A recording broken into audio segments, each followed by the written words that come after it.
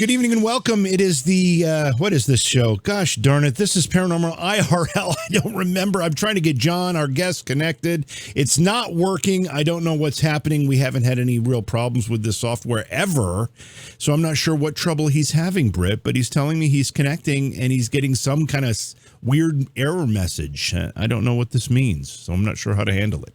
I mean, the way that he's describing the problems, I'm suspect that maybe Chrome has to be updated or something for him because. Well, there was a big update that came through, so I know my iPhone had to get updated. I know that I had to update Microsoft. I have a Windows computer, so I wonder if he did. I wonder if he did not do the update because it was a pretty big security patch thing that they did.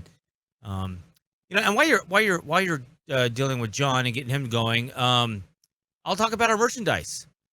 We have some merchandise. It's on Teespring. If you just go and search Paranormal IRL, we have our first T-shirt up.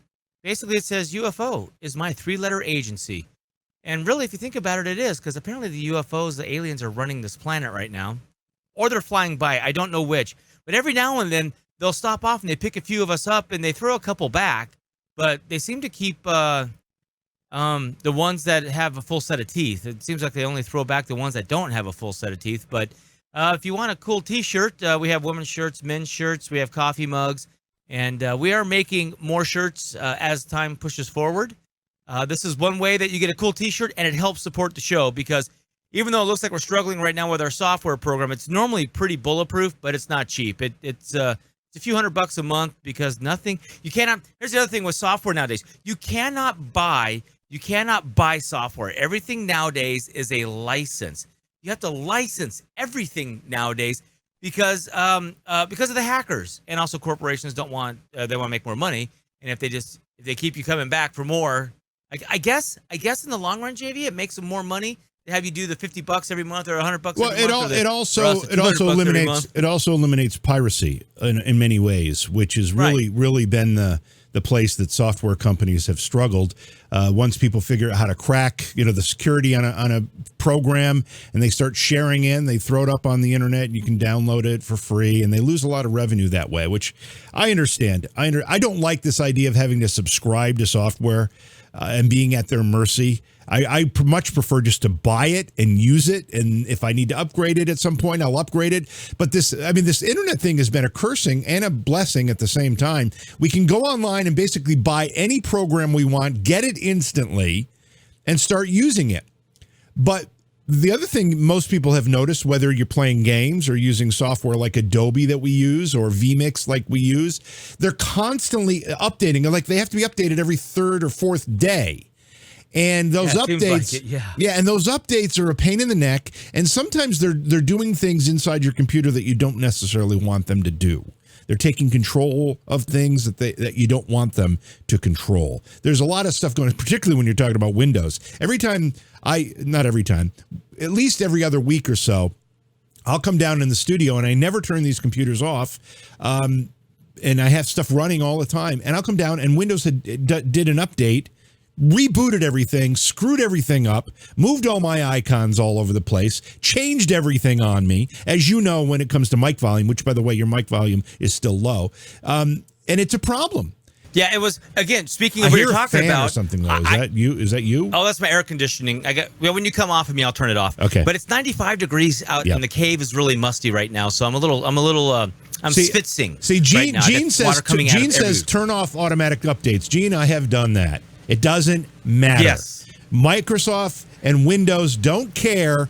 It may stop some updates, but then they'll just go ahead and do others. So anyway, hey, let's they do what they want. When you and I decided to not relaunch, because it's really not a relaunch, but rebrand Beyond Reality to Paranormal IRL. We just started to get back on the live stream and the podcast and talk about paranormal topics again after the little hiatus that I personally needed. One of the first things that I said to you, Britt, was we have to get my good friend John Russell on. He is one of the best guests I've had on any program that I've done anywhere, regardless of the topic. He is so knowledgeable. He's probably best known as a psychic, but he's also a paranormal researcher and investigator. He's an author. He's authored a couple books. We're going to talk about those books tonight. And I had been trying to get him through this video link, and I'm not sure what the problem was. So we're going to settle with an older technology. It's a thing you might recognize. It's called a telephone. You may have heard of it, Britt. It's wires, and the wires connect like from one state to another. It's really kind of amazing how it all works. But the thing is, it always you're works. A witch. It's a witch. You're doctor. a witch. You're a witch. We need to put you in the lake and see if you float. Hold these rocks. I know. It is a lot of hocus pocus, but again, it is reliable and it works. So with no further ado, welcome our good friend John Russell to the program. John, I'm sorry about the tech problems. I really am. No problem, man. JV, Brett, good to be with you guys. Listen, when all else fails, the landline works. It is almost 100% reliable.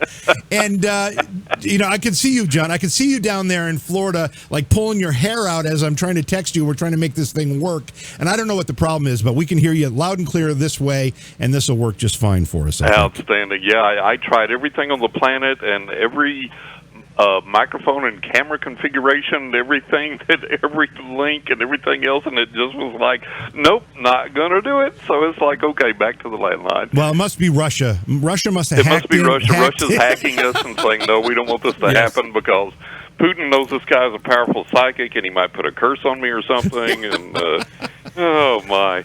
Hey, John, you haven't been on. Obviously, I haven't been doing new programs for a while, but I needed to take a little bit of a break, as I was telling you off air. But you last time you were on, I think, was November, December, somewhere in there. What the heck have you been up to? Because I know one thing about you, John, is you never sit still. I never sit still. I've got the 2 books out. I'm still writing on the 3rd. I am booked with readings into August and scheduling into September. And the last year and a half, I've been interviewed over 100 times. Wow. I'm still actively investigating, researching the paranormal and reading for my clients and doing all these things and involved in all kinds of paranormal experiences virtually every day. And have we talked since? We talked since I've moved. I think we talked since I've moved. Yeah, I think we have. And but the paranormal flies fast and furious. So yeah, I'm still strong and heavy at it. Well, our audience loves it when we have you on the program, John. But I want to say something to the audience. John had emailed Eddie Edwards, our producer, and texted me personally. He said, "JV, I'm filling up. My calendar's filling up fast. I love coming on your program. We need to get this scheduled, or my calendar is going to be booked." And I just wasn't in a position to schedule dates because I didn't know how this was playing out for me. Right. And so I reached out to John. I'm like, "Oh, please, John, I know you're busy, but we'd love to have you." And he made time for us. You've got another appearance coming up on Coast to Coast with George Norrie soon, right? I was just off of Coast to Coast. Oh, you just did it? Yeah, just off Coast to Coast last night, as a matter of fact. Batting the cleanup 3 to 5 a.m. slot, and that was my 6th appearance on Coast to Coast, and always a great time there. But you're one of my favorite guys, and I always make time for you. I can always fit you in the schedule. It's very much appreciated, John. Well, I appreciate being on with you. You know, we've got a good history. This is my 7th appearance on your show. And we always have a very good time, very good interview, very good friendship. And I emailed you and told you once before, you have a huge following out there, and people absolutely love you. And I've had a lot of feedback that says, "Oh, I just can't wait till you and JV get together because the chemistry is just unreal." So that's a lot of positive feedback there. It is, and I was going to say, this is your 7th appearance, and not one of those, including this one, I'm sure, 7 appearances has been disappointing. We always have great things to talk about. Bless your heart. Thank you. I appreciate it. With that in mind, John, and again, since you haven't been on in a while, what are you feeling? What's the general energy from either a psychic sense or paranormal sense that you're feeling right now? Because it seems to me, and again, I'm about as sensitive as a brick, but it seems to me there's some kind of upheaval going on. Oh, my. Let me tell you, it's just crazy right now. The one thing is that paranormal activity in general has increased tremendously over the past half a year or year. And that goes through cycles. I mean, you look back, you look back at times like, remember the old Merv Griffin show, and he used to have psychics on all the time, and Sure. and all that type of thing, and it was real popular, and so then it wanes, and so it always ebbs and wanes. It does these things, and increases in popularity, and then it goes through periods where it's not, and so on and so forth. And I don't know why that is. I don't know why the other side doesn't just constantly keep this energy around us and this energy flowing, but it doesn't. But right now we're in this period where we're getting this increased psychic energy and this increased contact.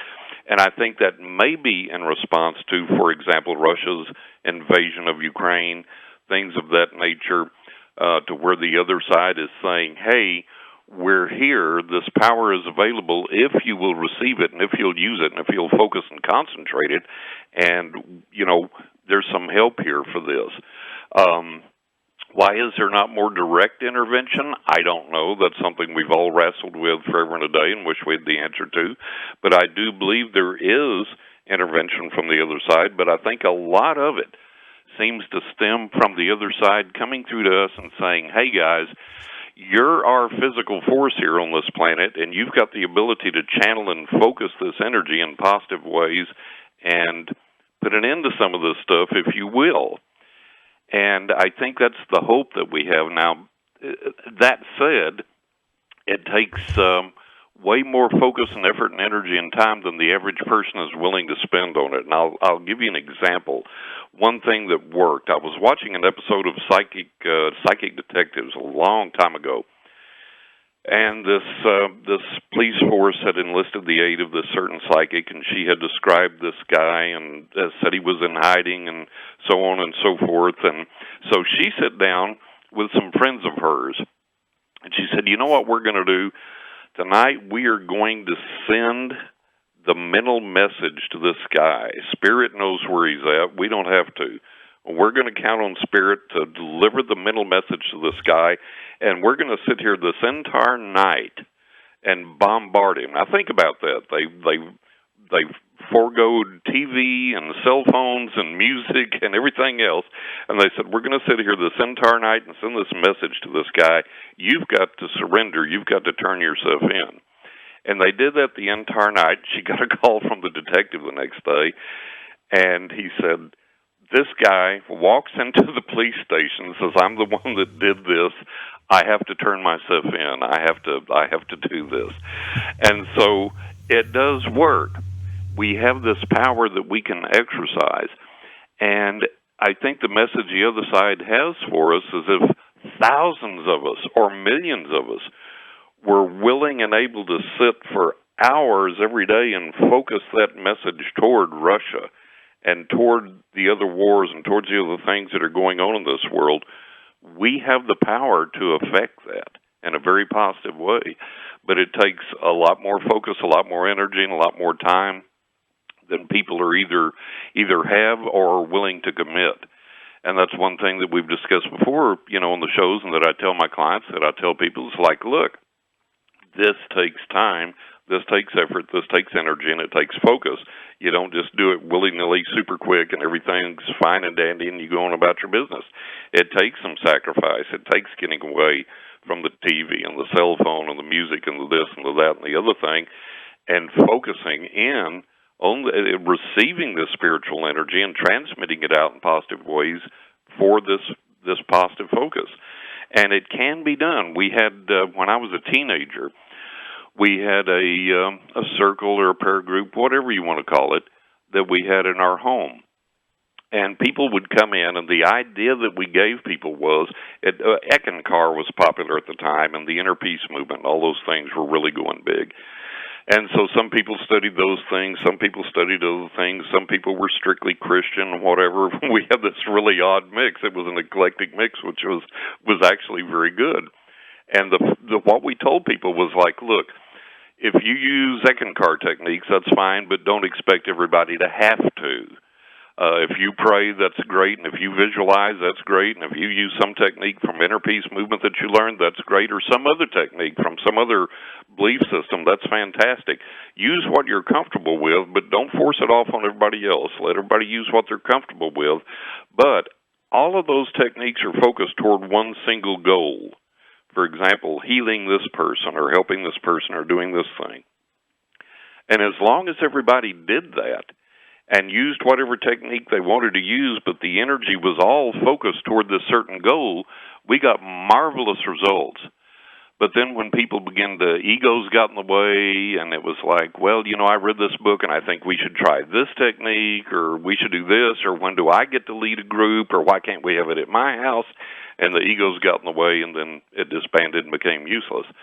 So the point of it is, there's a lot of techniques out there, a lot of belief systems. Use what you're comfortable with, but direct it toward a common goal, and don't demand that other people have to use the same thing. Let them use what they're comfortable with, but we can combine that energy and use it in a positive way, and I think that's what the other side is trying to get through to us right now.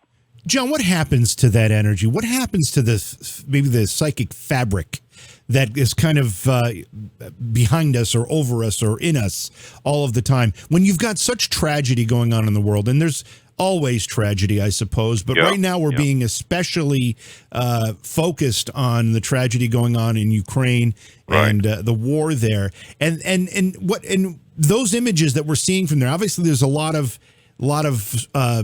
turmoil there. There's a lot of tragedy there. Horrific. It's horrific. But in addition to that, you've got much of the world seeing these images and also feeling a great empathy and a great sympathy for those people and generating their own energies. What happens to that greater energy in a time of such conflict and tragedy? Well, the thing of it is, we don't realize how much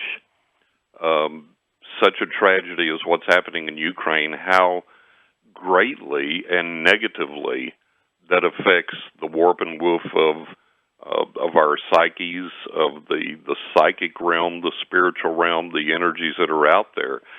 That affects the entire world, and it affects that realm.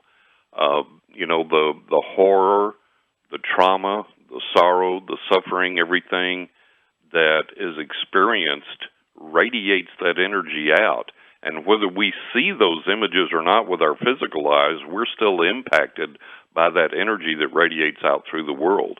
And we have to understand that. And that's why it's so important that we have people that are willing to try and absorb that, deflect that, send positive energy back towards that, send healing there. And it's been very interesting. I have seen or become aware of a number of people that have called for this healing energy and for prayer and for visualization and for positive energy to be sent, to be beamed, to be visualized, to be prayed to Ukraine and to Russia to stop this madness. And it's very interesting to see that. But unfortunately, we get to this point where we don't understand what spiritual work actually is, and we've discussed that a little bit in the past on the show. And it's like you don't just say a prayer and, okay, everything's good. You don't read something out of the prayer book and say, okay, everything's all right. It takes getting down here in the trenches and getting this energy activated and flowing, and then sending this energy out with force and focus and dedication, and doing that repeatedly and consistently. And it's a battle. It's a fight. And in every religion or spiritual belief, it talks about spiritual warfare, and it is spiritual warfare. We're fighting against these negative forces, these negative energies, these negative thoughts, these negative actions. And we have to realize that the battle doesn't end, because we open up the prayer book and say a prayer. It's an ongoing thing, and it takes time, and it takes effort, and it takes energy. And unfortunately, we lose focus. That's why in any effective spiritual situation, it's just like you've been ill, and you've been tired, and you had to take some time off, and that affects everybody. And so what we have to have is a large enough group that when one falters, someone else is there to take up the slack.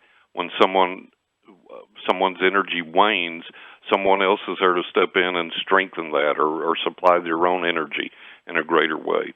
And so we have to get that concept. We have to understand that, and have to understand that's what it's going to take, not just through this, but, ongoing, to have a better world, to make a better world, to have the spiritual contact, to utilize the spiritual energy in a positive way. It's an ongoing process. It's an ongoing thing. It's just like with me, I had my first paranormal awakening when I was 5, discovered I was psychic at 6, went on from there, but at the age of 12, I studied everything I could find on the planet.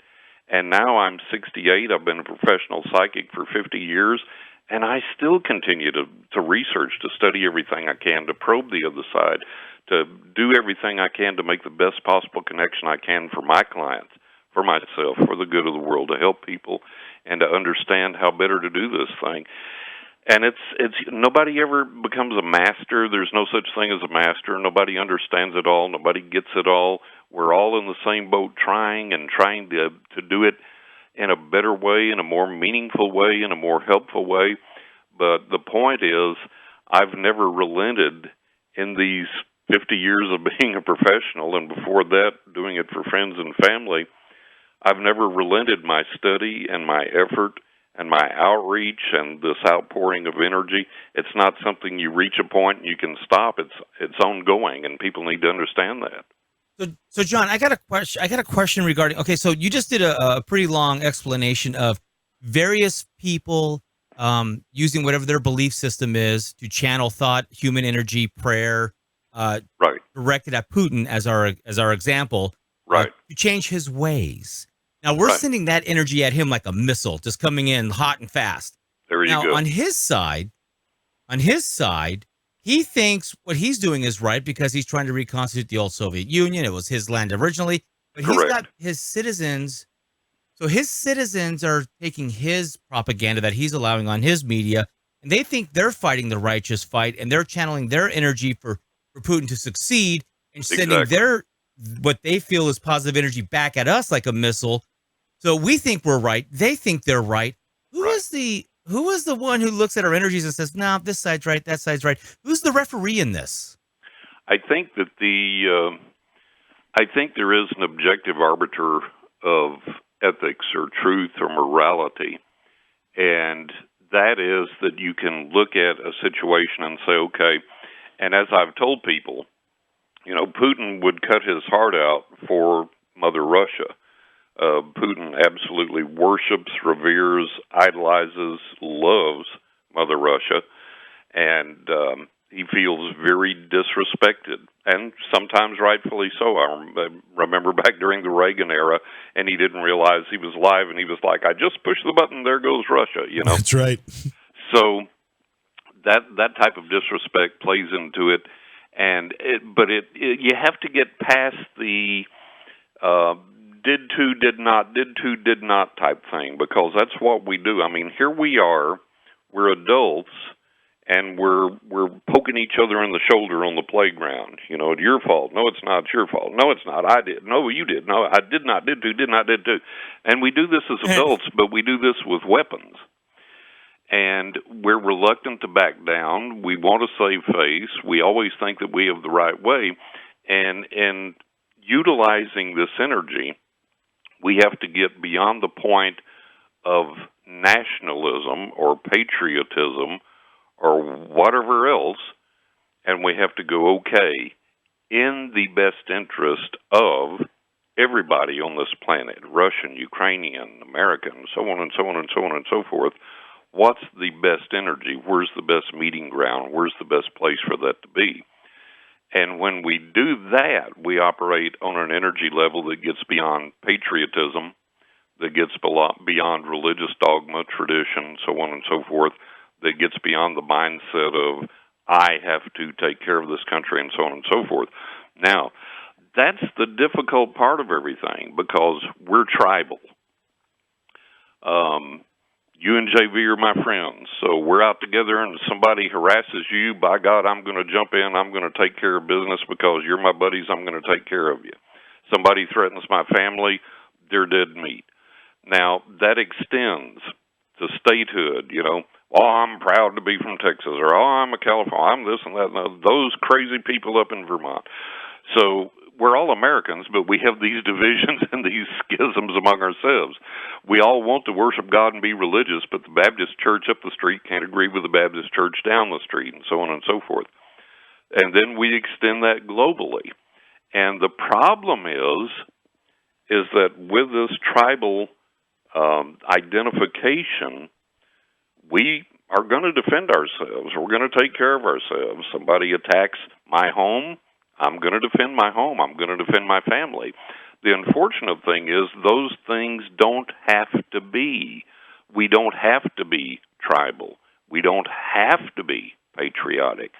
And this is not communism. This is not one world government. This is not the mark of the beast. It's just think, we're all human beings, and we all basically want the same things, and we all basically enjoy the same things, but every attempt at peace is marred by this tribalism, by this patriotism, by this nationalism, by these other things. And instead of sitting and saying, okay, look, taking apart all the political aspects of this, and the religious and the spiritual aspects, and the patriotic aspects, and the national aspects, and everything else, can we put all that aside and say, hey, what's good for everybody in this situation? And that's what we don't do. And when sending this energy out, that has to be the goal, is not to say, USA, USA, USA, and not to say Russia, Russia, Russia. What we have to do is send this pure energy out that says, for the good of humanity. And that's the difficult thing, Brett, because exactly like you say, the Russian people are going, God's on our side, and we got to send this energy out, and we got to win, we got to do this. And then the American people are like, God's on our side, we got to win, we got to blah, blah, blah, blah, blah. And that's where all this confusion comes in spirituality, and we confuse what true spirituality is, because it's not religion, it's not patriotism, it's not nationalism, it's not any of these other things. The true spirituality is, if Putin were not the leader of Russia, and he were over here in the U.S. driving a bus, he'd probably love him. He'd probably be a great friend. I'd go and get on the bus, and there's Putin. Oh, thank God, you're going to get me home safe and sound. How was your day? Well, pretty good. I've been driving. How are you? And I look at this, and I think of all the people on this planet that are enemies and that would kill each other, that if they were not driven by ideologies, by religion, by dogma, by false spirituality, by nationalism, by a false patriotism, if they were to meet person to person, how much would they have in common? How much they could love each other? They could be friends.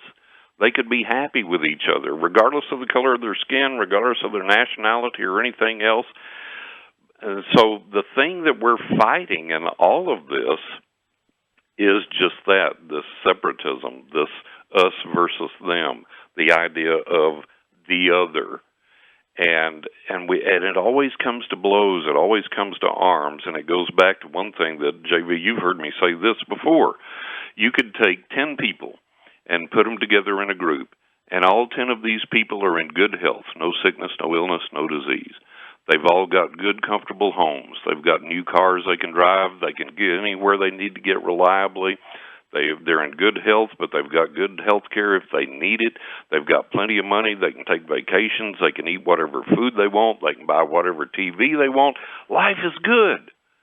And one out of that 10 is going to look at the other 9 and go, now, how can I manipulate these suckers? How can I get some control over these suckers? And maybe how can I get a little of their extra money? Now, is that just a human thing? I don't think it is, and this is the scary part of this, because I saw a documentary. I can't remember the guy's name. The guy that did I ate at McDonald's for a month, and what happened. Super Size Me? Is that what that one was? Yeah. Morgan Spurlock. And so he did a documentary on AI, artificial intelligence and robotics. And in a little small clip of this documentary, this guy had invented these little tiny robots, and they were programmed to, when their power got low, they were programmed to go to a power station and recharge themselves and then go on about their little tasks or whatever. Now, this was not programmed into them. the people that invented them and that monitored them and that dealt with them observed that out of the blue, certain of the little robots, not all of them, but certain of the little robots would attempt to hog the power station. Even though their power supply was full, even though they didn't need the power, if another robot was going over there, they would attempt to jump in line and hog the power station and get that power for themselves, even though they didn't need it. Now, that was not programmed into it. Where does that come from? Right, that's pretty scary. There's another study out there. Maybe you know it. I can't remember the name of it, obviously, because I don't remember anything because I'm old now. But they took two supercomputers and they had to do tasks together. And all of a sudden, these two supercomputers made up their own language and started talking to each other. And developed their own language and began to talk to each other and communicate in their own language that we didn't know that they made up. Yeah, I've seen that study. Yeah, and also... Yeah, and then they had to unplug them because they didn't know what it was going to lead to. Exactly right. And the same thing happened with Alexa.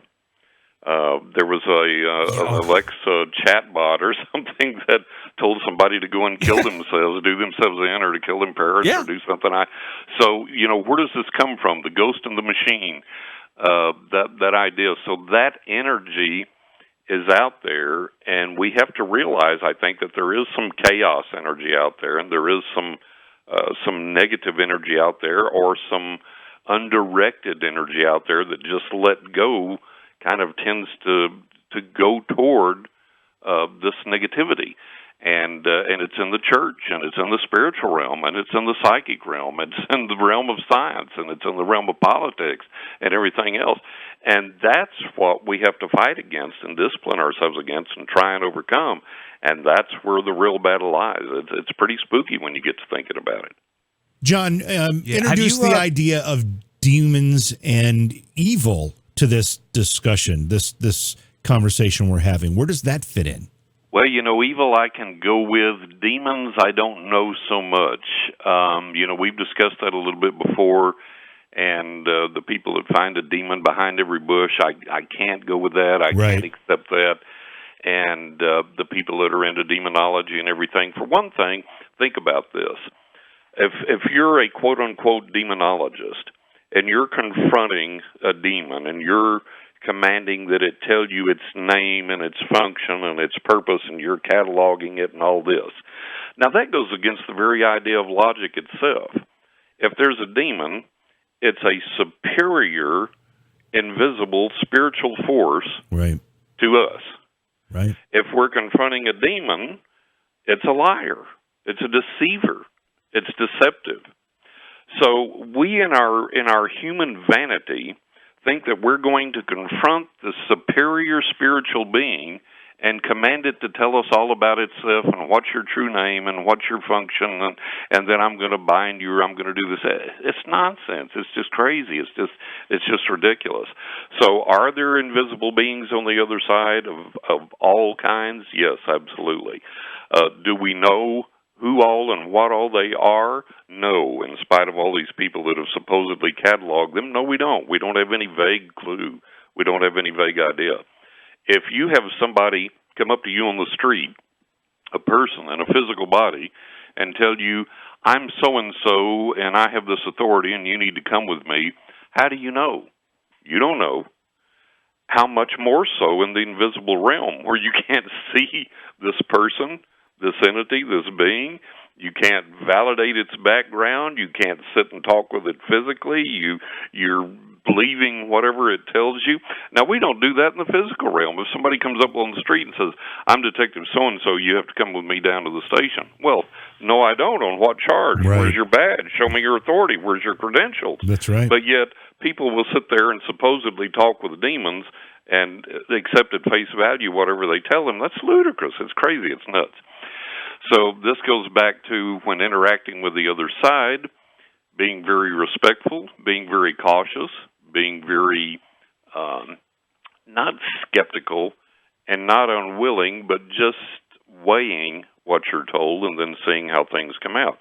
Now, the reason that I interact successfully with the other side my entire life is I have always challenged everything that I've received. And I've learned what voices I can listen to and I can count on and I can rely on for myself, for my clients, for the spiritual messages I'm given, so on and so forth. And those are inevitably voices that lead towards light and towards healing and towards compassion and love and goodness and protection, health and healing, and those types of things. Another thing that I get mind-boggled with, and I've discussed this a lot lately on a lot of recent podcasts, is people are going into all these experiences and their paranormal investigations, and they're growled at and barked at and yelled at and threatened and scratched and bit and pushed and all this. I've done paranormal investigations since I was 12 years old, and I've done them in all kinds of places and under all kinds of circumstances, and I have never experienced any of that, ever. And so a lot of this, I have to say, okay, people are either imagining things, overreacting to certain things, and assigning it a negative connotation or whatever, or doing something that they don't realize has impacted them physically, and then, oh, this must have been a demon or this or that or whatever. You know, we have enough real physical problems and spiritual problems and psychic problems to work through in meaningful ways to get to the bottom of all this without the hysteria and the, you know, somebody had a allergic reaction, scratched themselves in their sleep and didn't realize it, right. Woke up with scratches on themselves. And, oh, God, a demon attacked me in the night. We got enough problems without John, that, you know?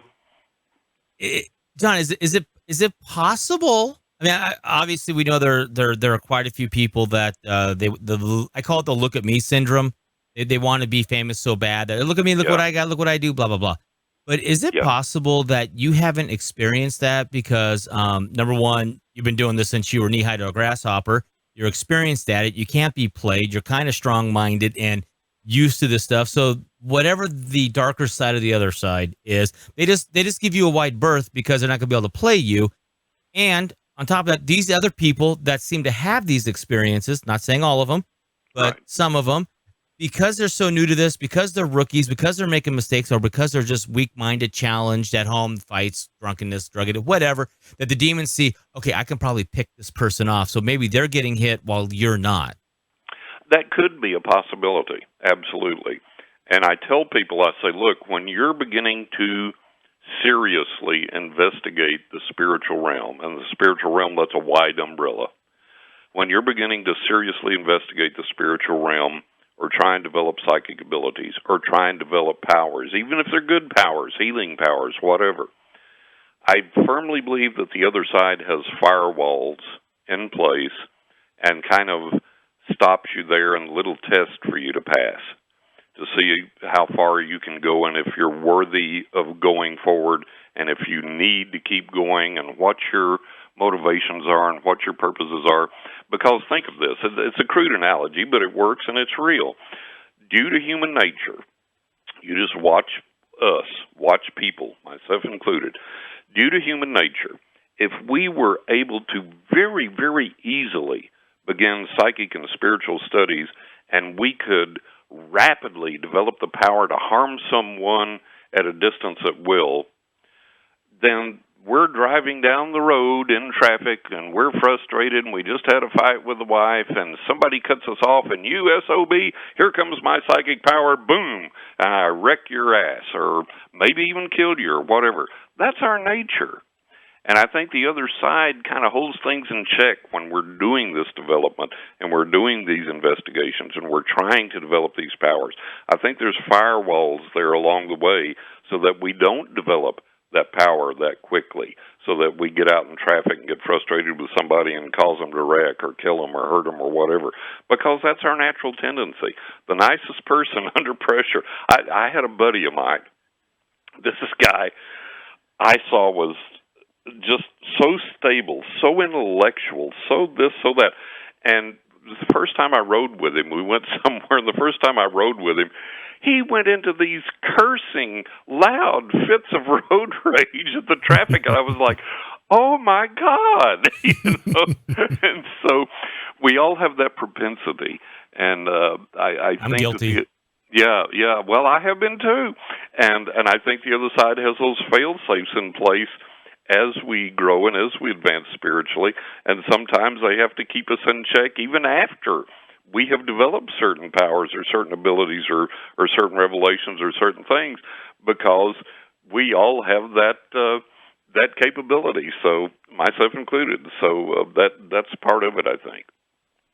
John, I know you can't see the screen, which if we had been successful with the video connection, you would have been able to. But I want to share an article, and I want to talk a little bit about it and get your take on it. I just realized we're quickly approaching the end of the hour here, so we will, if you don't mind, John, keep you a little bit longer than the hour. Oh, but absolutely! Still, I'm yours as long as you need me. I always enjoy it. But time always flies when we get into this, so I got to be mindful of getting these topics in. Well, we'll go long as we need. JB needs a roof. One of the things that you and I have talked about on previous visits is this whole phenomenon, and not that it's a new phenomenon, but the idea that the discussions are becoming more common is the new phenomenon, and I'm talking about UFOs. And there was an article that was released, I think it was yesterday, and I'm not sure if you're familiar with it. I don't mean to put you on the spot, but you're certainly going to have something to say about it. The headline is UFO sightings have left witnesses with radiation burns, brain damage, unanticipated pregnancies. Yeah, perceived time suspension, according to interviews in a newly released Pentagon report from 2010. I don't know if you've seen this specific article, but in general, I have. What are your thoughts on this? Well, I tell you, our government, all governments lie to their citizenry, and our government has always lied to us, just like every other government does. And in these reports that are coming out now, for whatever bizarre reason that they've decided to drabble and drib these bits of truth out to us, these things are beginning to come out. And the government, interestingly enough, is confirming what experiencers and researchers have said all along, because all along experiencers and researchers have said, hey, this craft flew over and the next day I had these burns all over my body and I went to the doctor and he said, you have radiation poisoning. Or I saw this craft and the next thing I know, I wake up the next day at 8 o'clock in my bed, there's this missing time episode and all of these things. So the government is finally beginning to acknowledge these things. To that, I can only go back to what I've always said. Someone, somewhere, deep in the bowels of our government and other governments, knows exactly what's going on. They know where these craft are from, who's piloting them, what their agendas are, and so on and so forth. I firmly believe that. It's just inconceivable to me that we couldn't know, that someone somewhere with all of our intelligence capabilities couldn't know.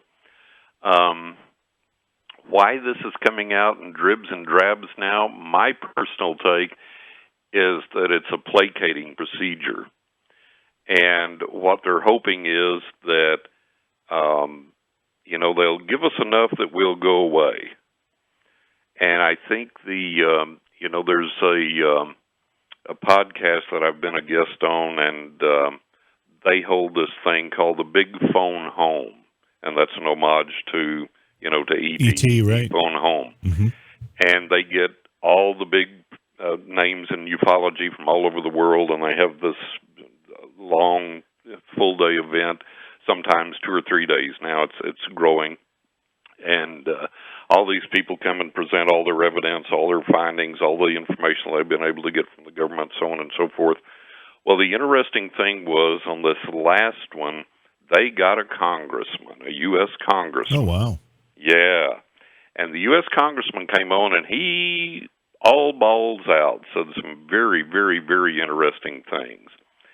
And one of the things was that he basically just said, as the government report said, yeah, they're here, they're physical objects, they're not ours.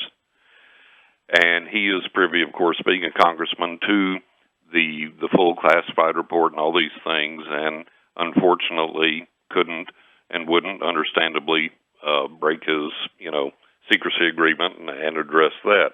But he did say some very interesting things, and one of the things that he said was that he believed it may have been actually a minor mistake on the government's part to put out that little abbreviated public disclosure report, because it kind of opened a chink in the armor, so to speak, paraphrasing him. And he said that it's up to the citizenry now to push with everything we've got for full disclosure and not stop until we get it. And he said if we don't, the government's going to heal up that little chink in the armor. And he said if you think secrecy's been bad up till now, if we don't force this door open when we've got this small opportunity, he said down the road, you won't get nothing. There won't be any reports. There won't be any Freedom of Information Act. There won't be a darn thing that you get. It'll be sealed up so tight that UFOs, what UFOs? He said it'll go away entirely. And so that's what we have to do now is look at this and say, okay, the dribs and drabs aren't enough to satisfy us and make us go away. What the heck is going on? And somebody has got to know.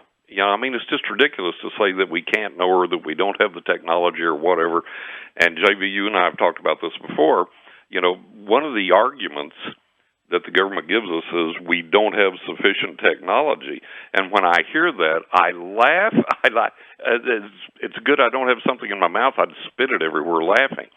Because I saw a documentary, I think it may be decades ago now.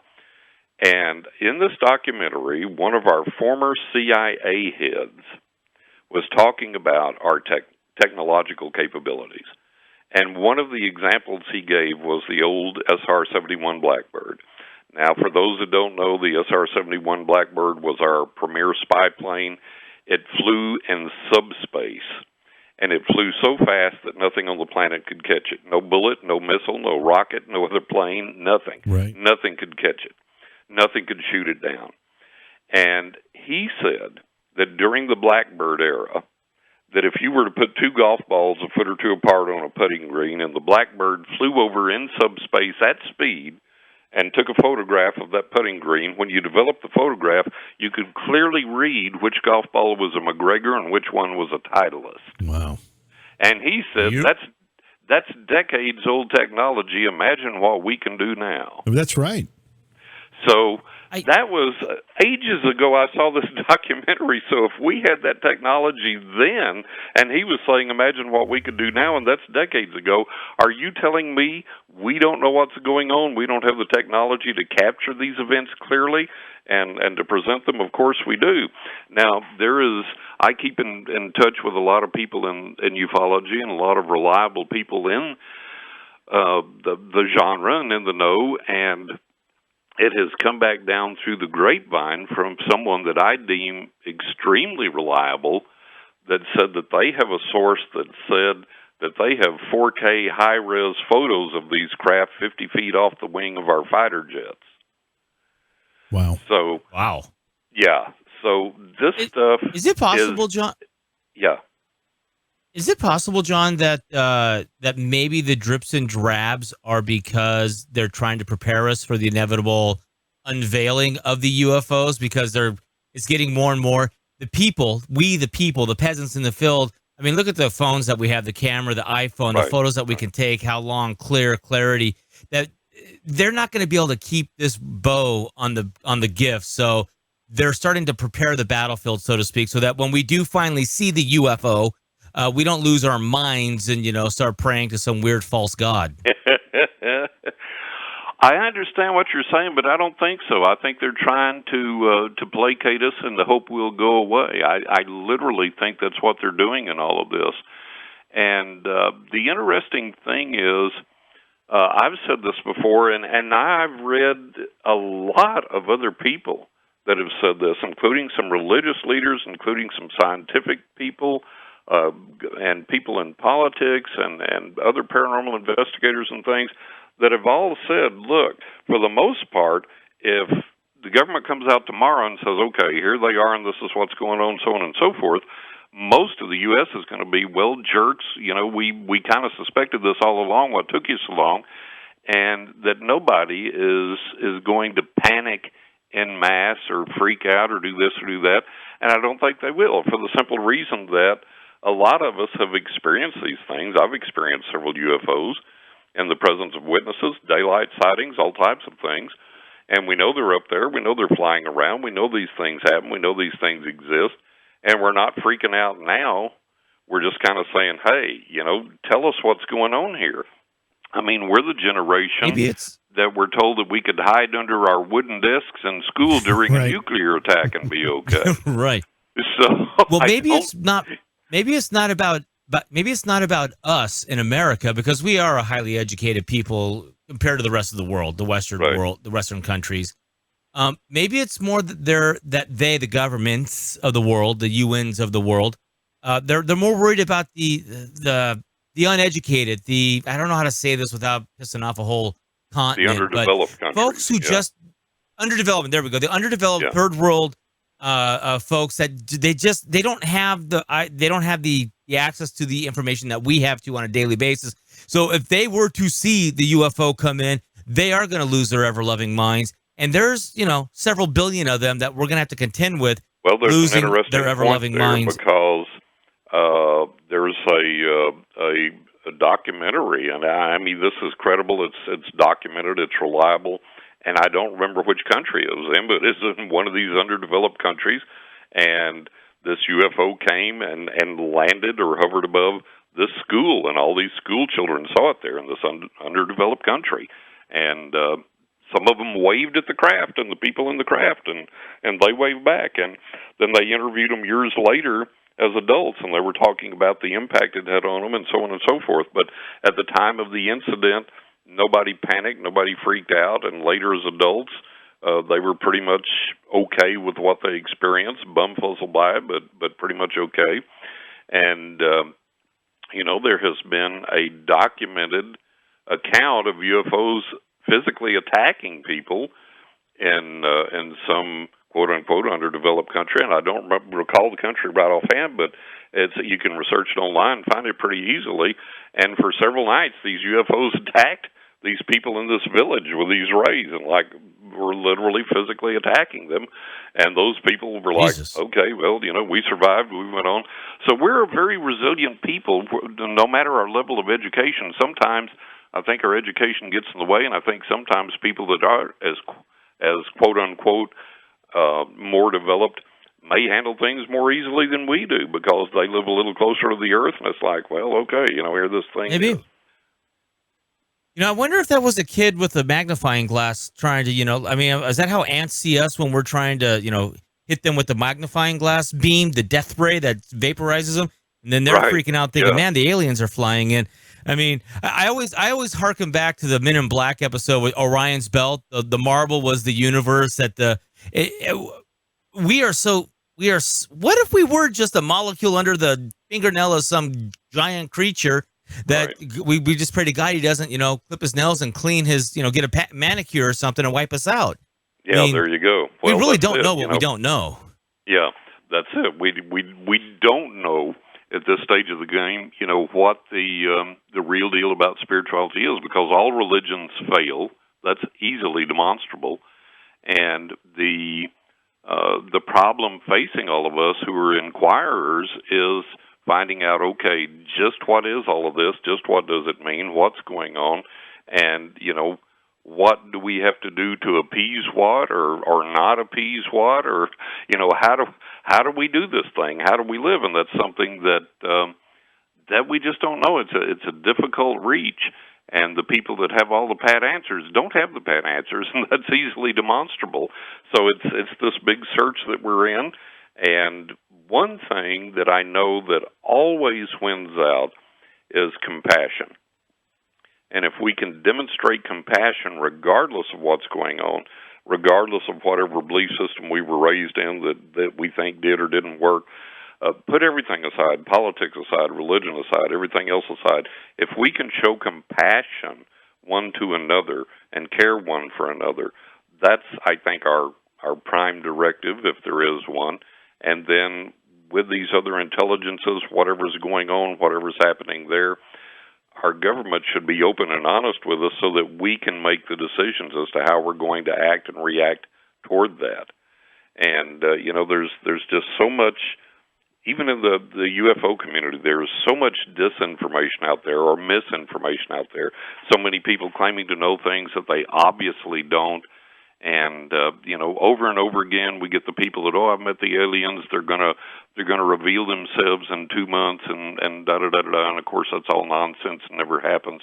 Whatever's going on is very cloaked, is very secret for whatever reason. And the average person can't discern what that is, and we don't know what that is.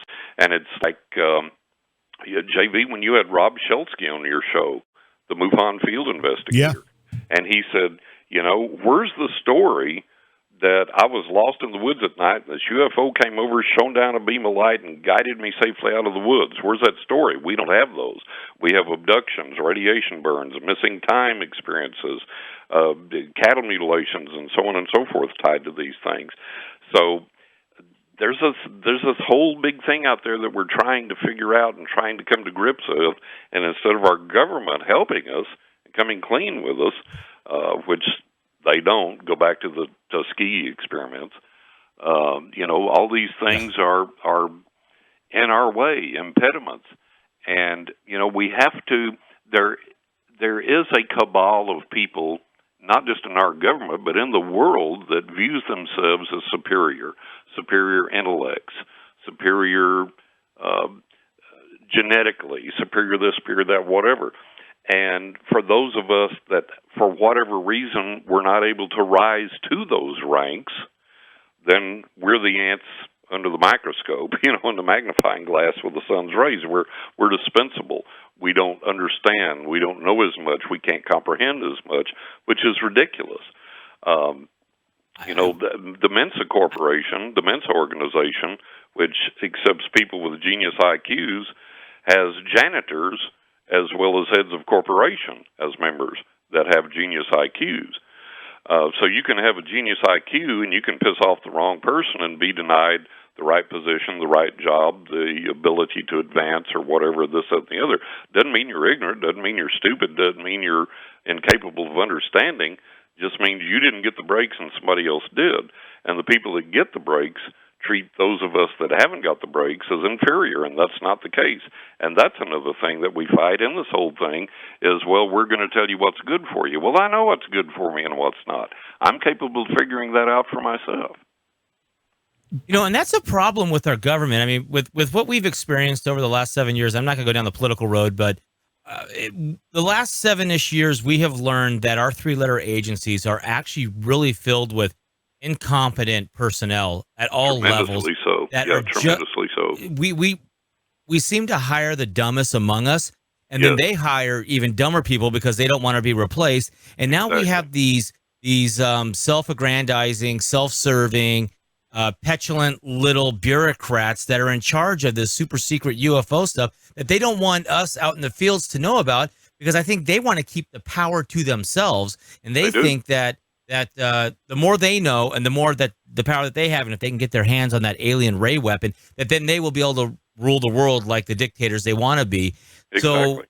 So I don't understand why we as a people, as the peasants in the field, trust our government after what we've just witnessed for the last several years of incompetence. I don't understand that either, and I know the problem. One of the problems is that a buddy of mine and I were talking about this the other day, and it's if we can come home tired after a hard day's work and eat a good meal and turn on the TV and watch the sitcom and drink a few beers and lay in a nice soft bed, our problems are solved.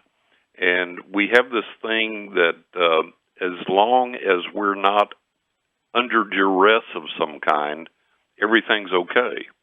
And that's not the case. And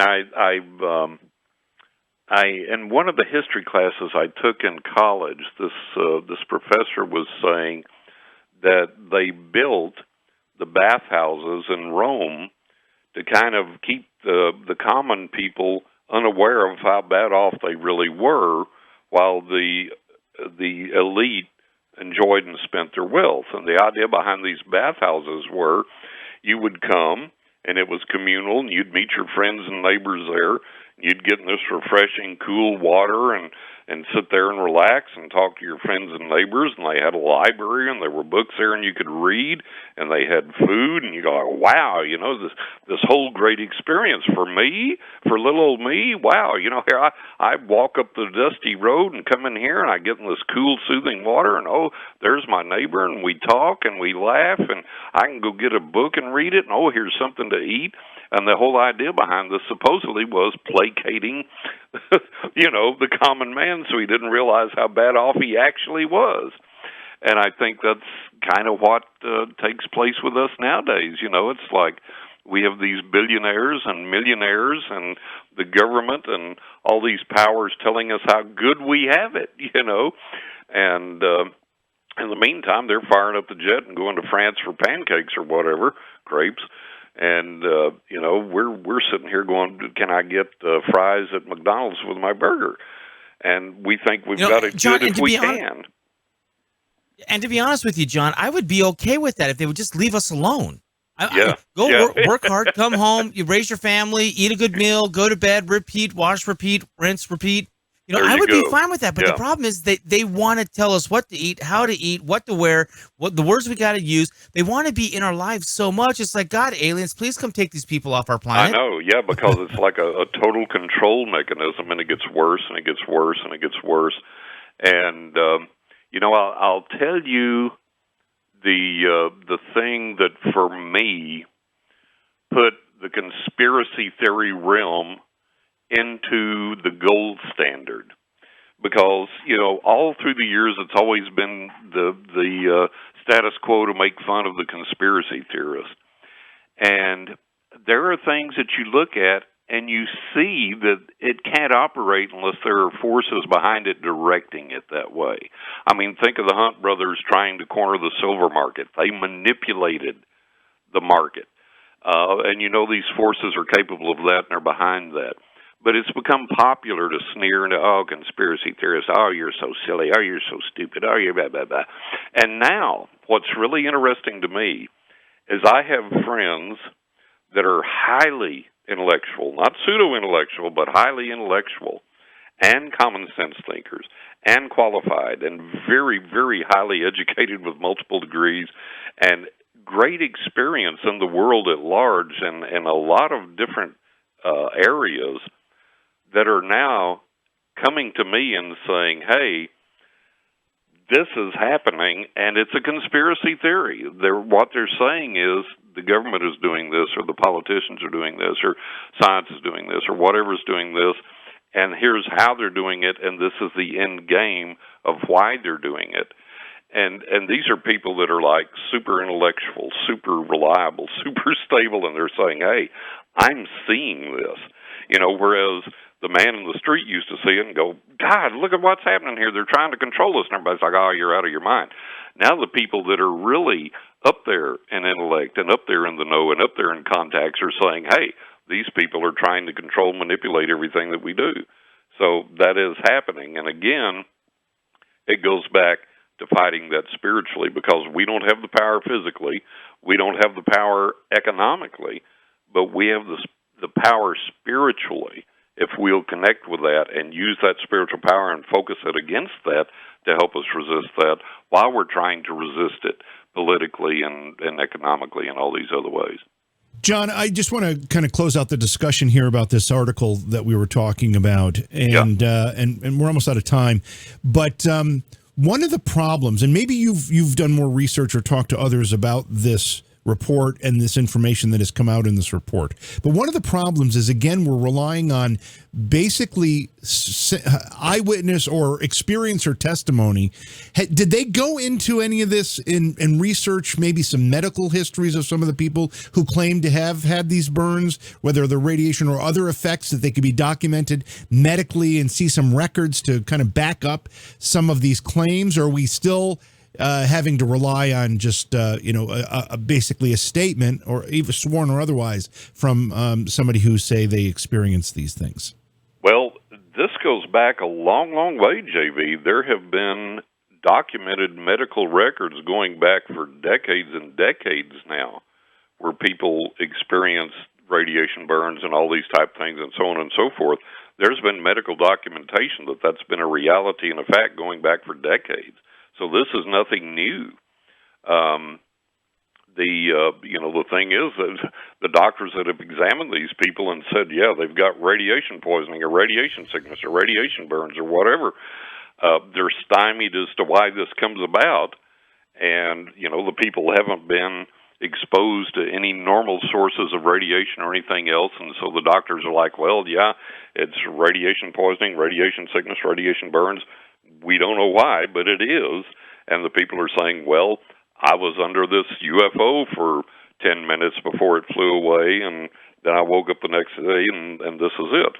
So it's been documented for decades that these are legitimate, occurrences as far as the sicknesses and the things, the experiences that these people have. But, the doctors and the people, the scientists that have examined them have been like, well, yeah, that's it, but we don't know why. And the people have said, well, the UFO did it to me. And then, of course, they're like, well, I don't want to be involved with that. Let's not talk about that. And they put it off as some kind of anomaly that they can't explain. But, yeah, this has been going on for decades, and it's reliably established that these things have happened. Is it possible that the radiation burns are coming from when the UFO goes over, it's their propulsion system that's keeping them afloat, so to speak, that maybe it's with our jets, that downward force, the wind, all that stuff, our helicopter. It's like the wash of them hovering, coming down over you, and they're not real. The aliens are not realizing that it's damaging us. Yeah, that's probably a good explanation because, we don't know what their power source is, or maybe we do because you look at Bob Lazar, Area 51, reverse engineering. Maybe we have a pretty good idea, but even if we have a good idea, it doesn't do you any good to find out what it is if it still affects you negatively. And that seems to be the case in a lot of these close UFO encounters where people have that type of experience. Now, I've experienced several UFO sightings, one very close, and never experienced any negative effects from it, nor did anyone that I know of, but a lot of people do. You didn't turn up pregnant, did you? I didn't, thank God. Okay, just checking. But there are a lot of people that apparently do experience these effects, and maybe they are either closer to the craft or exposed to the craft for a longer period of time. And then you have to look at the possibility of, people have raised the point that we have Fords and Chevrolets and Oldsmobiles and Toyotas. Well, maybe the intelligences behind these craft are different civilizations. They develop different craft with different propulsion methods. They could be similar but different. So you may see one craft be okay, another type of craft has a different propulsion system or a more harmful aura about it in its propulsion system that affects you negatively. So, we don't know. All these things are possibilities, but, we the people down here don't know, and that's what we're pressing to find out. And I believe that information is there. We have to keep pressing for this disclosure. And interestingly enough, the congressman said, he said, we get thousands of emails every day, and it's hard to plow through. And he said, if you want to get the attention of your congressman, write an old-fashioned letter, pen and ink, put a stamp on it, and send it. He said It's a novelty, and it comes across the desk, and it gets attention because it's a novelty. Nobody sends them anymore. So if you really want to get your congressman's attention, send an old-fashioned letter.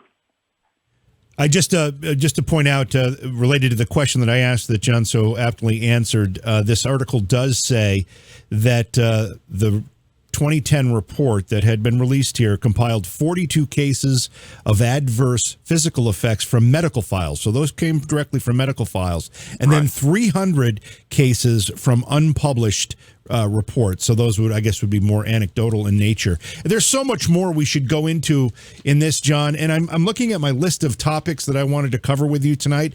I had 7 things on this list. We got through 1.5.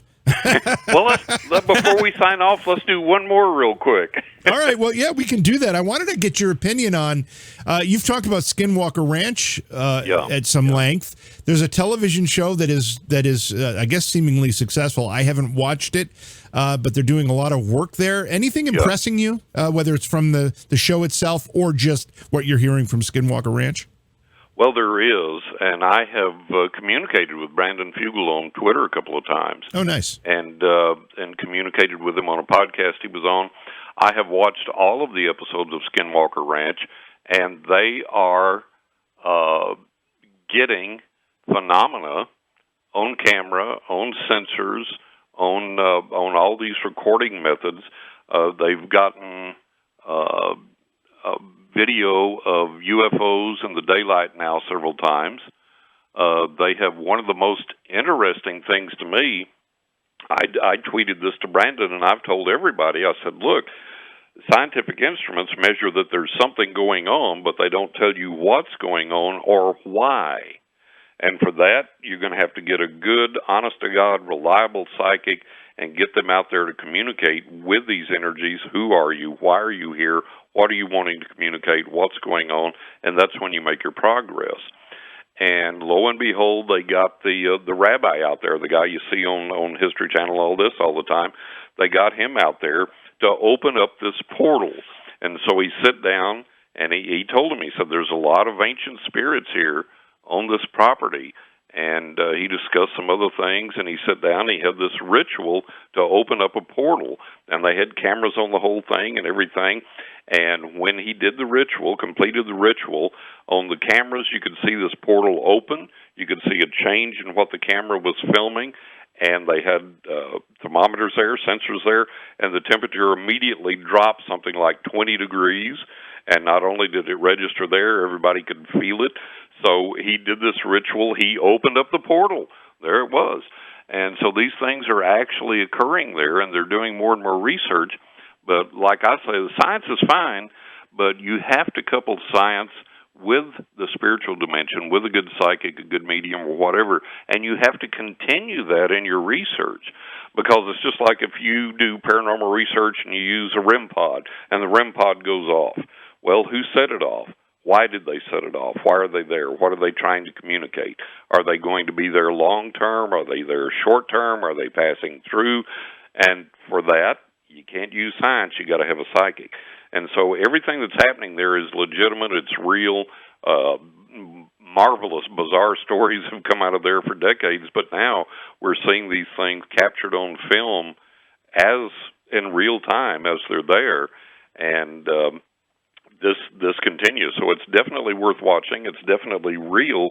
But again, in all of this, you got to include the spiritual dimension to figure things out and solve it. Science lacks legs woefully behind the spiritual realm and in figuring things out. And I think a large part of that is because scientists are skeptics and don't want to deal with it, don't want to be, I don't want to be affiliated with that. That's going to denigrate my reputation or whatever.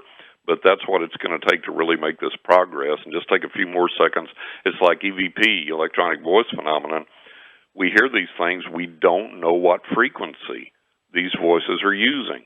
I had a guy tell me that was a professional musician. He said, John, I can take any sound, any piece of music, any audio, any speech, anything on this planet.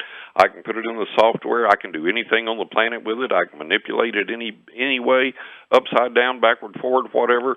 But he said, I can take these EVP voices, put them in there. I can hear them, but I cannot find the frequency that they're using. And so we have all these things that we have to get through, these breakthroughs that we have to make. And to do that, it's going to take science and a good psychic working hand in hand to develop this and really make it happen. John, do you think it's possible that with the work that Elon Musk is doing with basically trying to wire the human brain to a computer, that at some point, maybe not in our lifetime, but at some point we'll be able to just basically, you can go do your thing and then you come back and we just plug you in and download all the information to a computer and, we basically use you, we plug you in and it gets like real-time documentation of what you're experiencing in your head? God, I hope not, because if that happens, that's going to be a train wreck. We are not meant to interface with mechanics or electronics or AI or computers or whatever. We are not meant as people to do that. We're not meant to interface that way. We are our own self-contained thing, and any attempt to introduce anything on top of that is going to be a train wreck, I can guarantee you.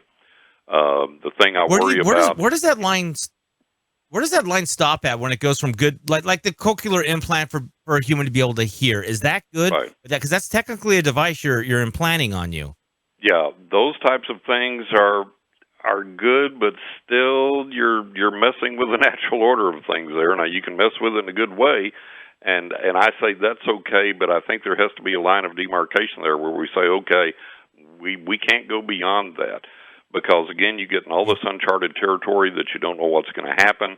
You look at the little robots beginning to hog the power source for no reason out of the blue, and then you have to extrapolate that to if we haven't already, for God's sake, if we develop truly self-aware AI, at what point is it going to decide its needs are more important than our needs? It's going to see things differently. It's not human intelligence, it's machine intelligence. So just like spirits that aren't human, they're not going to see things from a human perspective in a human way. You have to worry about that. And then you also have to worry about if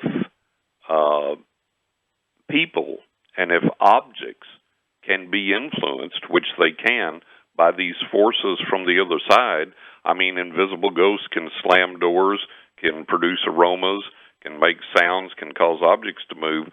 Then why can't they also affect AI?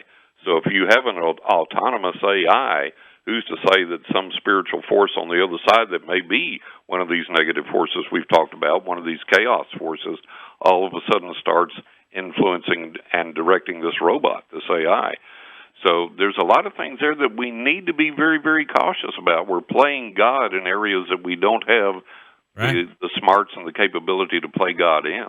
That's absolutely the truth. Yeah, I truly believe that we're going to go down the road of Skynet and the Terminator or Outbreak. I think that's how we're going to end our time on this planet. It wouldn't surprise me. It wouldn't surprise me because the people that are doing these things don't have sufficient fear of what they're messing with. And it's like, when we developed the atomic bomb and tested it, set it off, scientists didn't know that we wouldn't set the atmosphere on fire.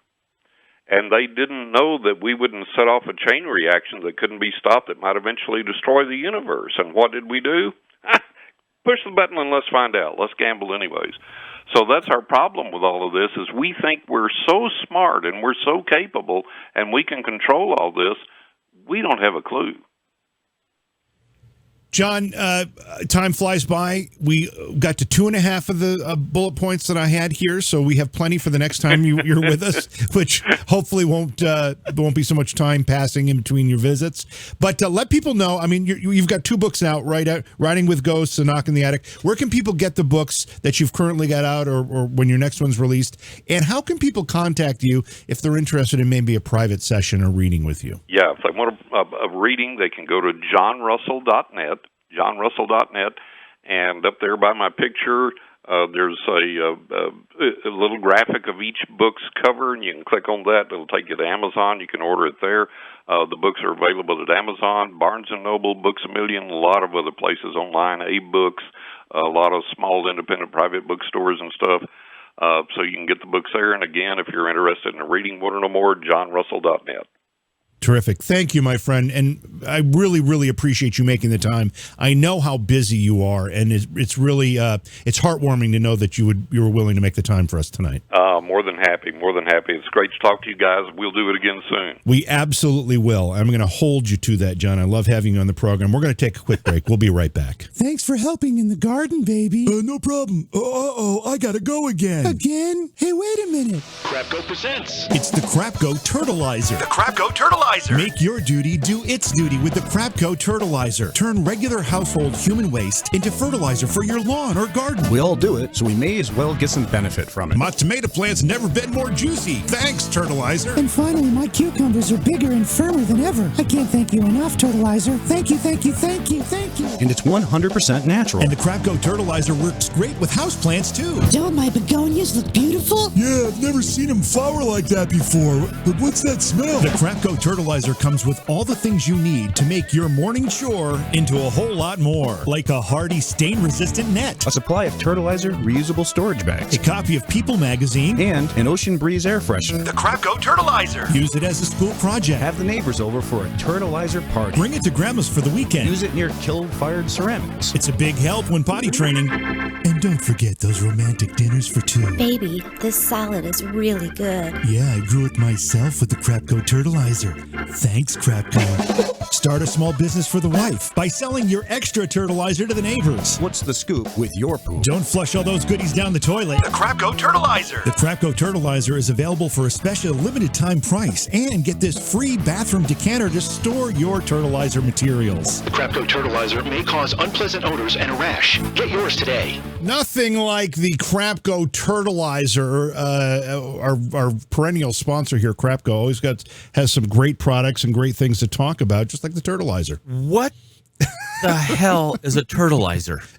Didn't you listen to the commercial? It should have told you everything you did. needed to know. I was trying to visualize what it looks like.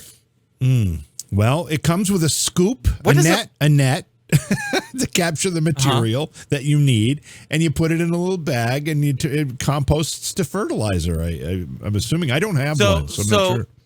So you turtleize in a commode, and then you net it out and put it in a bag. Yeah, so you can use that it for fertilizer. Let your duty do its duty. Like my duty. So I have to net it out of my commode and put it in a plastic. Do I have plastic gloves that I wear? I don't. So that I don't suppose, get any, I suppose that's optional. You know how hard it is. Holding the bag open, trying to get your chips in the bag for lunch. I mean, I couldn't imagine doing that with a wet turd-laden net. It would get on my hands. Yeah. Well, does Crapco have a sanitizer? Maybe it takes a little practice to become good and efficient for it. I don't know. I don't have one. All I know is what the commercial tells us. I mean, it sounds very practical. You have told me, very practical. You have told me you will only advertise what you use and believe in. I not necessarily use, believe in, yes. And I believe this is a very practical product.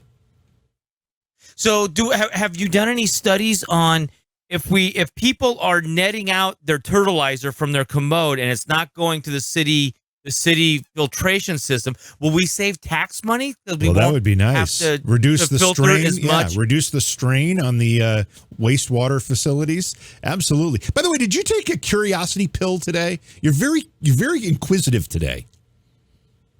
I'm always like this. You should have seen the conversation I had with the crazy guy on the corner in L.A. My 18-year-old son lost his mind because I actually had like a 20-minute conversation with this guy talking about the police and, stuff. So I'm always very curious. And this show is a very curious show. John fascinated me. I don't necessarily believe in everything, but I am fascinated by what people think. I'm also a little worried about what's in your head to come up with the turtleizer commercial, but I'm willing to go with it. But I just had to ferret it out because we got to cut a video. We need to do a video commercial of the turtleizer. Yeah. Yeah. Scooter how we're gonna get you to Scooter and somebody else. Somebody else in here. Let me think. Right. No, I'm trying to couple people in. Rebel. Scooter and Rebel both say you're overthinking the turtleizer, but hey, that's just their opinion, I guess. Well, I'm trying to understand what was going on and how this works. Hold on, we've got a phone call here. Let me. Oh boy. Yeah, I don't know. Let's go blind. You're not even going to screen this? Oh, Eddie's telling me it's Tom. Tom from Richmond, Virginia. Okay. Yeah, hello, JV. Oh boy. Yeah, hey Tom. Yeah. Hey, listen, I just want to let you know it's really good to have you back on the I'm not hearing air. Tom. I missed you. It's been a really long time. So thank it's you. Great to have you back, my friend. Thank you. Well, it's good to be here. I mean, yeah. Well, last night you had another guy on with you, new co-host. What the hell was he talking about when he was talking about his collar? I was a little nervous about that whole thing. Did he ever get that fixed? He was talking about colors, not collar. What is he, a priest or something? No, he's not a priest. With a collar. No. Yeah, no, he was talking about colors. He just says it weird, Tom. Sorry. Well, anyway, what were you calling him last night? Was his name Brat? No, not Brat. It's Brat? No, it's Brit, not Brat. Brat? It's Brit. Oh. Yeah. Okay, well that sounds a little complicated. I won't worry about it. Anyway, no wonder he's hot under the collar. Yeah. Right. Anyway, right. hey JV, good luck. Good Make sure you tell Tom back. to buy a T-shirt. And can't wait to hear more good programs. Thank you, my friend. Tom, thank you for calling. I appreciate the thoughts and the well wishes. And I don't know why you couldn't hear Tom. It must be that line isn't connected to the. I'm gonna have to fix that for the next time. But thank you for the phone call, Tom. Appreciate that very much. Appreciate that very, very much.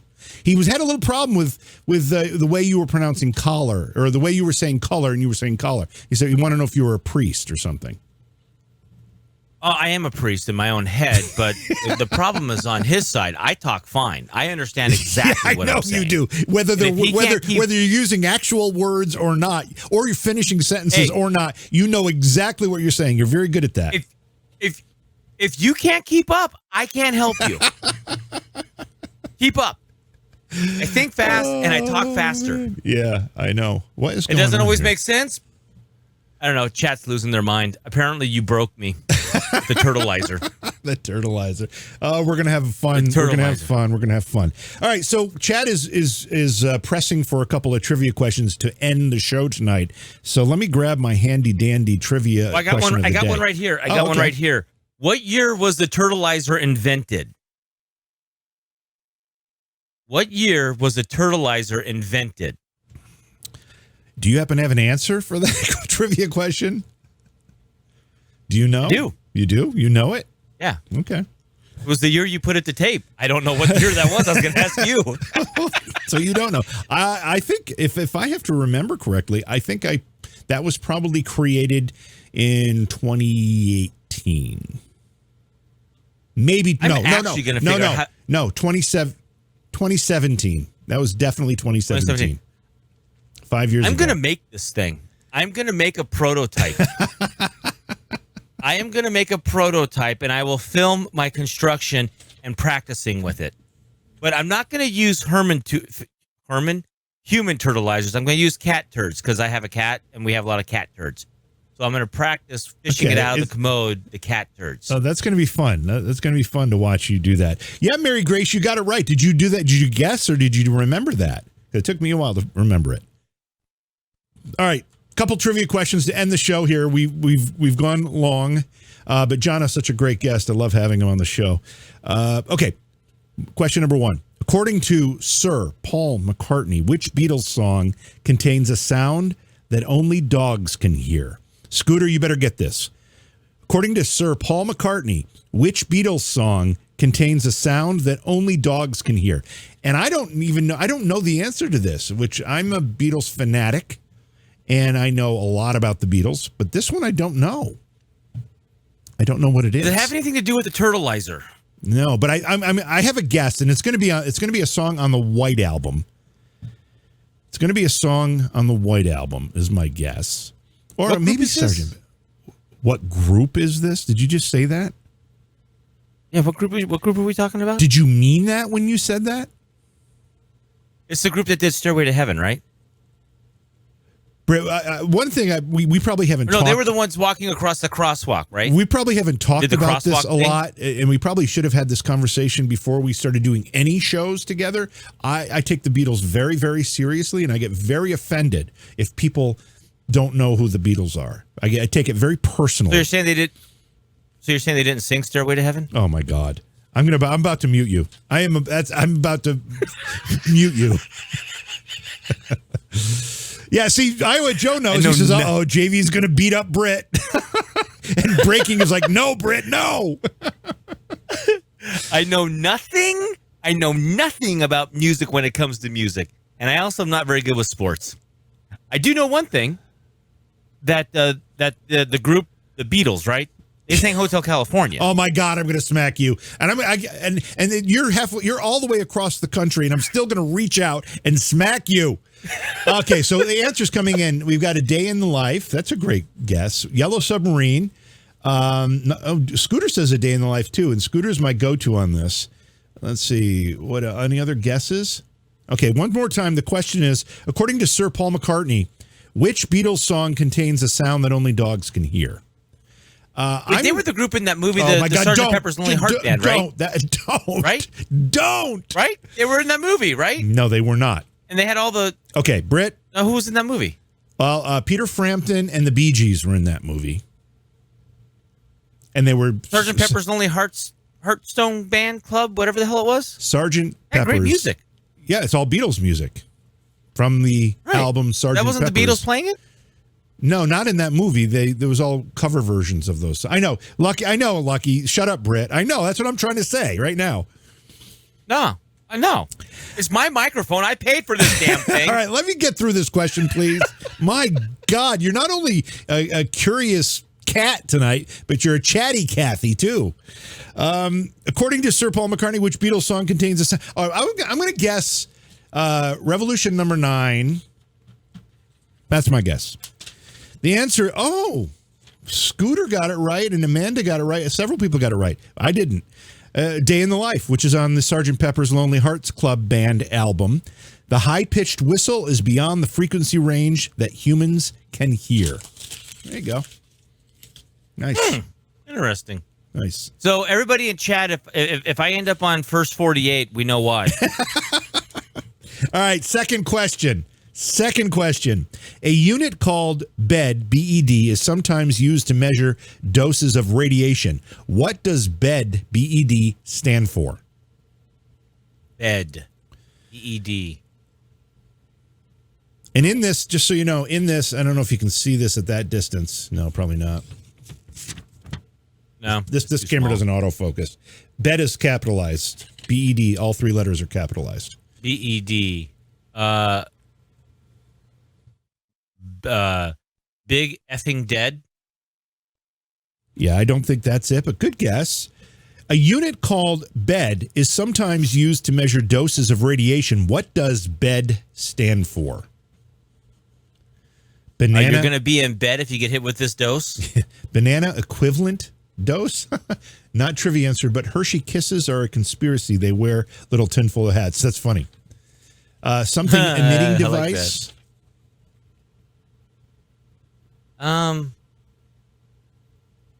speaking of banana, where the hell is the banana at? I don't know where the banana is. Big energy drop. I think his girlfriend cut us off. Yeah, see, the few times he called us recently, he was probably like in a closet somewhere trying to talk to us, and he got caught.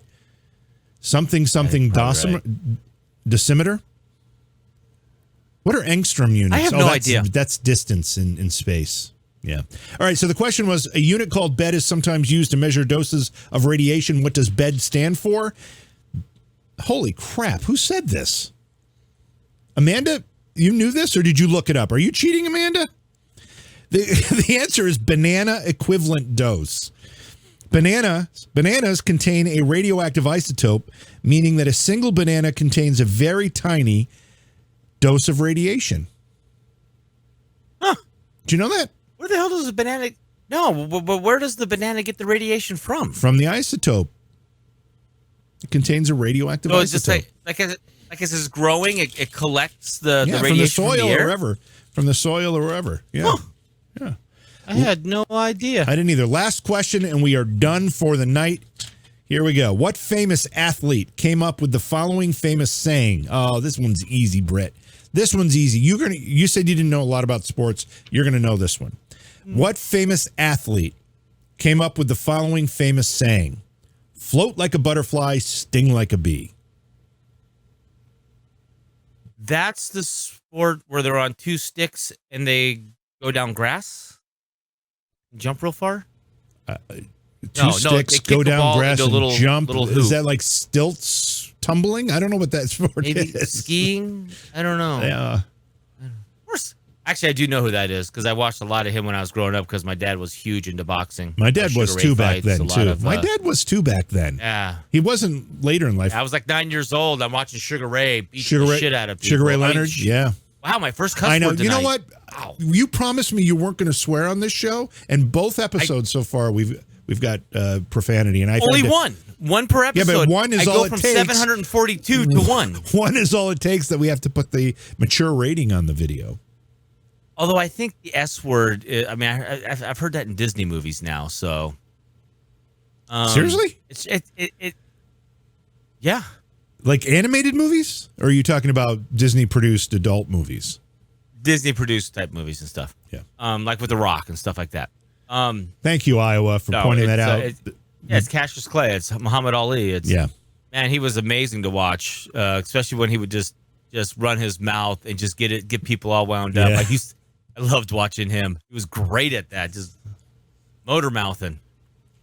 Too funny. Sadly, he went out a horrible way. He's dead now, right? I mean, he did finally pass, right? He did, yeah. Pretty sure. Yeah. He went out horribly. Yeah. So the answer is Muhammad Ali. He spoke the words when he was 22 years old, right before a match with world heavyweight champion Sonny Liston. Ali was considered the underdog before going into the fight, and he won. Is that the fight that he did the rope-a-dope? Where he acted like he was going down, then he came back and just... I don't know. Is that... I don't know. I'm not sure. I don't know either. Is that it? Are we done? Really? We are done. Yes, we are done. Now, for those of you first joining us, had a great crowd tonight. Thank you. We'll be doing this program Tuesdays and Wednesday nights for the foreseeable future.